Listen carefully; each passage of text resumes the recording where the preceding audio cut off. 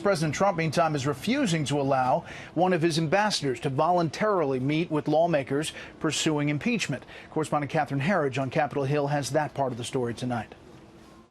Just 90 minutes before Ambassador Gordon Sondland was scheduled to square off with congressional investigators over Ukraine, Democrats said they learned the State Department pulled the plug. The President and Secretary of State are taking actions that prevent us from getting the facts. Sondland's name appears in the whistleblower complaint as a key figure in the president's dealings with Ukraine after the July 25th phone call with its newly elected president. September text shows Sondland wanted to take conversations about the allegations offline and push back against claims that U.S. help was tied to an investigation into corruption allegations against the Bidens. Top U.S. diplomat to Ukraine Bill Taylor texts, "I think it's crazy to withhold security assistance for help with a political campaign," with Sondland replying, "The president has been crystal clear, no quid pro quos of any kind." In a statement, Sondland's attorney said his client hopes the impasse can be resolved quickly. Quote, "He stands ready to testify on short notice whenever he is permitted to appear." With House Speaker Nancy Pelosi weighing in, Schiff did not take reporter questions after he leveled fresh allegations. The ambassador has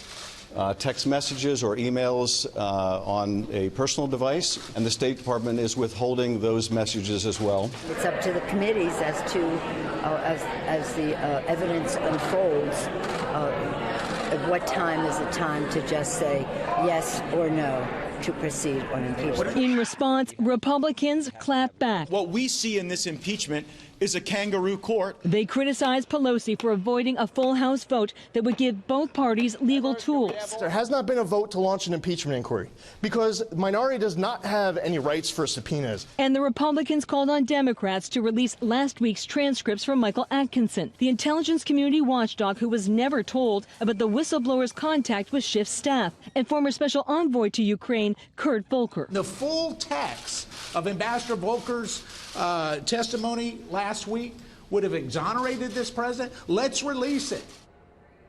House Democrats are now considering extraordinary steps to protect the identity of the whistleblower if they testify, including masking their voice and obscuring their face, Brett. Catherine, you've been following the Russia probe, the investigation really from the beginning.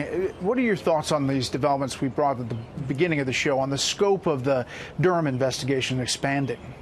Brett, the expansion of the Durham investigation, this broader time frame from the spring of 2016 until Mueller's appointment in May of 2017, the fact that he's asking for additional resources, additional agents, the fact that it's now a global investigation. He's been to Italy, Britain.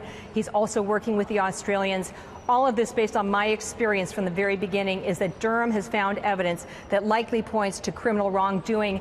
And based on my 2 decades covering the Justice Department, he is not the type of prosecutor to ask for extra help if there is simply no there, Brett. Yeah, we'll continue to follow it. Catherine, thank you. You're welcome.